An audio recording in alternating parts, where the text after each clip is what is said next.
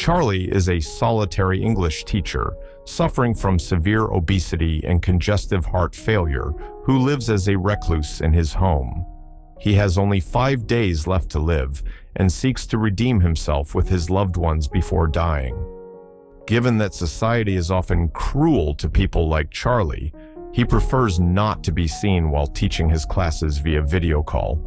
He pretends the camera is broken, and when he orders food delivery, he asks for the product to be left at the door so he isn't seen.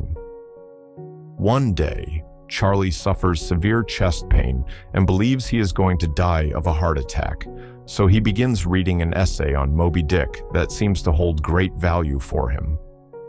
Just in time to save Charlie, Thomas arrives, a missionary from the New Life Church who goes from door to door preaching. Charlie asks him to read the essay because he wants it to be the last thing he hears before dying, and while Thomas recites it, Charlie calms down. Suddenly, Liz arrives. She is Charlie's best friend and caretaker. Upon learning that Thomas is from the New Life Church, she immediately kicks him out of the house. Liz has something personal against that church, which will soon be revealed. Liz helps Charlie day by day, worries greatly about him, and insists he go to the hospital to seek medical help because otherwise he will die soon. But Charlie tells her he doesn't have the money to cover the expenses and prefers to die in his home. However, Liz doesn't know that Charlie actually has $120,000 saved up, but for some reason, he doesn't want anyone to know. Charlie knows he is going to die and, before doing so, wants to reconnect with his daughter Ellie, whom he hasn't seen in 9 years. It turns out Charlie was married to Mary, and they had a daughter together. However, before his current condition, Charlie taught in-person classes, and in one of them, he met Alan, one of his students. They spent time together, fell in love, and Charlie made the decision to leave his family for him. Ellie was 8 years old when this happened. Thus, Charlie seeks out Ellie directly without her mother knowing and convinces her to visit him at his house. Ellie arrives and appears quite cold and harsh. She tells him she only came because she wants him to help her with an essay she has to turn in, as she is on the verge of failing high school. Charlie wants her to keep visiting and finally manages to convince her by offering her money. However, she is quite resentful towards him. The abandonment caused her to develop a personality of rejection towards everything. She has no friends, and she spends her life bothering everyone she meets. She tells Charlie she hates him, that he disgusts her, and that if he loves her as much as he claims, he should prove it by standing up without his walker and walking toward her. Charlie tries, but struggles greatly and gives up. Ellie becomes furious and storms out of the house. Liz discovers that Ellie came to see Charlie and scolds him because she fears this could hurt him, as his daughter is quite problematic. The missionary Thomas returns to visit Charlie, but Liz runs into him again and, angry, takes him outside the house to tell him why she hates the New Life Church. It turns out that Liz is the adopted sister of Alan, Charlie's partner. Her father ran the New Life Church, so both were raised there with very strict rules, including total rejection of homosexuality. But when Alan met Charlie, he decided to give himself a chance to build a life with him, until he saw his family again. His father condemned him for it and separated him from his family and the church. The rejection was intolerable for Alan, and he fell into a deep depression that caused an eating disorder. Alan didn't eat for weeks and lost weight strictly until he finally took his own life by jumping off a bridge. This triggered a depression in Charlie, who believes he could have done more to save Alan. This emotional anguish caused him the same disorder but in reverse, eating compulsively until reaching the condition he is currently in. It turns out Charlie was married to Mary, and they had a daughter together. However, before his current condition, Charlie taught in-person classes, and in one of them, he met Alan, one of his students. They spent time together, fell in love, and Charlie made the decision to leave his family for him. Ellie was 8 years old when this happened. Thus, Charlie seeks out Ellie directly without her mother knowing and convinces her to visit him at his house. Ellie arrives and appears quite cold and harsh. She tells him she only came because she wants him to help her with an essay she has to turn in, as she is on the verge of failing high school. Charlie wants her to keep visiting and finally manages to convince her by offering her money. However, she is quite resentful towards him. The abandonment caused her to develop a personality of rejection towards everything. She has no friends, and she spends her life bothering everyone she meets. She tells Charlie she hates him, that he disgusts her, and that if he loves her as much as he claims, he should prove it by standing up without his walker and walking toward her. Charlie tries, but struggles greatly and gives up. Ellie becomes furious and storms out of the house. Liz discovers that Ellie came to see Charlie and scolds him because she fears this could hurt him, as his daughter is quite problematic. The missionary Thomas returns to visit Charlie, but Liz runs into him again, and, angry, takes him outside the house to tell him why she hates the New Life Church. It turns out that Liz is the adopted sister of Alan, Charlie's partner. Her father ran the New Life Church, so both were raised there with very strict rules, including total rejection of homosexuality. But when Alan met Charlie, he decided to give himself a chance to build a life with him. Until he saw his family again, his father condemned him for it and separated him from his family and the church. The rejection was intolerable for Alan, and he fell into a deep depression that caused an eating disorder. Alan didn't eat for weeks and lost weight strictly until he finally took his own life by jumping off a bridge.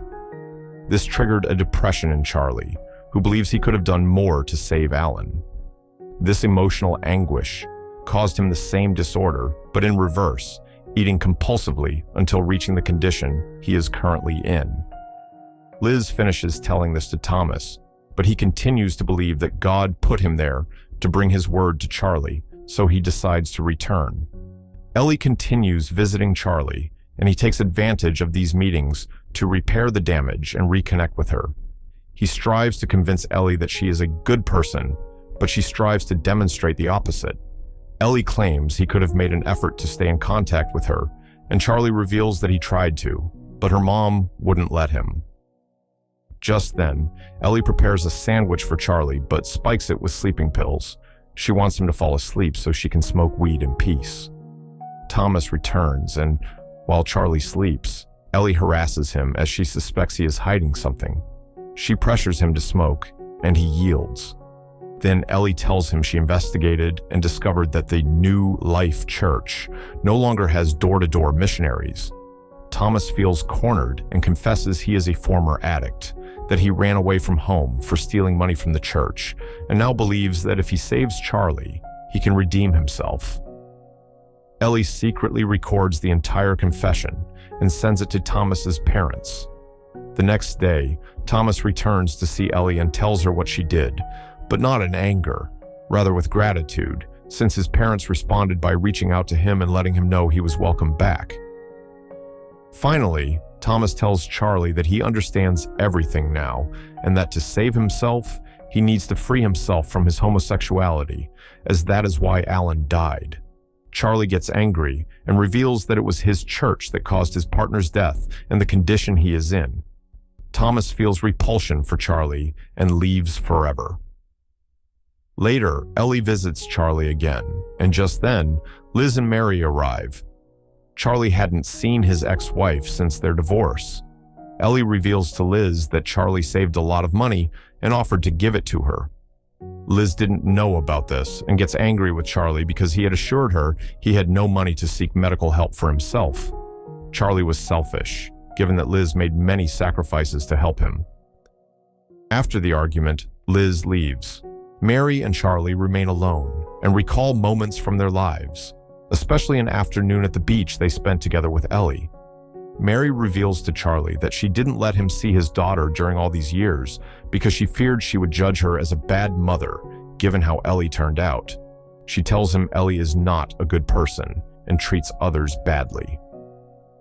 Mary tries to encourage Charlie to use his money to go to the hospital, but he tells her he believes that deep down, Ellie is a good person and that the money was saved strictly for his daughter so she can have a decent life. And through tears, he tells her it is the only good thing he has done in his life. Mary leaves the house, and then the beginning of the end starts. Charlie orders pizza for delivery, but this time, the delivery driver waits on the stairs because he is very curious to see what Charlie looks like. Charlie opens the door to pick up the pizza, and the driver finally manages to see him.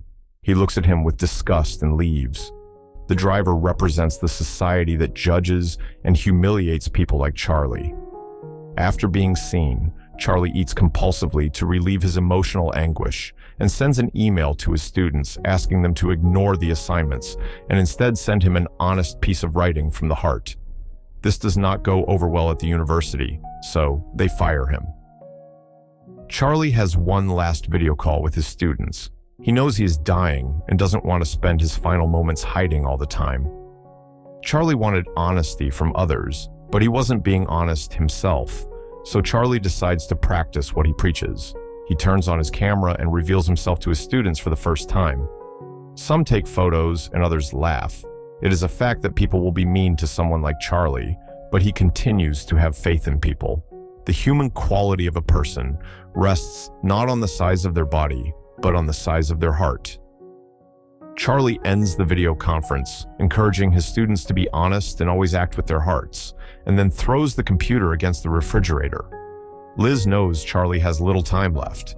They speak emotionally, and she finally forgives him. Later, Ellie appears very upset with him because Charlie swapped her assignment for the Moby Dick essay, and she failed.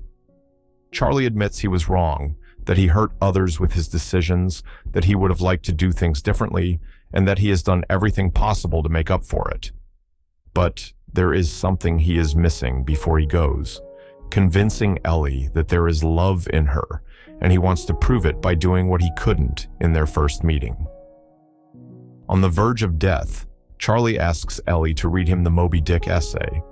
It turns out this is a piece she wrote as a child, and it was so important to Charlie because it was the only thing he had of her during all these years. Ellie, in tears, begins to read the text, and Charlie attempts to stand up on his own and walk toward her. Ellie had done nothing but show her aggressive side, but seeing her father's will to walk, she is amazed. It is a great struggle for Charlie, but with effort, he advances, and as he gets close to Ellie, his daughter shows him love, and Charlie finally dies. He rises illuminated and returns to the last memory with his daughter, in which he was happy, the one at the beach. Charlie finally found redemption by repairing the damage and obtaining forgiveness for all the mistakes he committed. Charlie finished the final chapter of his life honestly, being authentic, expressing his feelings, and admitting his faults. He teaches us that by being honest with ourselves and others, we can avoid much suffering and repair it when we have caused it. This movie teaches us that, despite mistakes, we should not destroy ourselves. Charlie's incapacitating condition is nothing more than an analogy for guilt, which incapacitates. Sometimes we feel the weight of our faults and think we don't deserve to be forgiven or loved. We are human, we make mistakes, and we can hurt others, but it is possible to admit our faults, forgive ourselves, repair, and reconnect honestly with the people we love. It will require a lot of effort, yes, but it is worth it, for that is where salvation is found. Ultimately, Charlie proves that we are not defined by our mistakes or our physical form, but by our capacity to love. His final act breaks the cycle of pain, leaving behind a legacy not of despair, but of hope and transcending grace. If this story touched your heart, please don't forget to like the video and subscribe for more.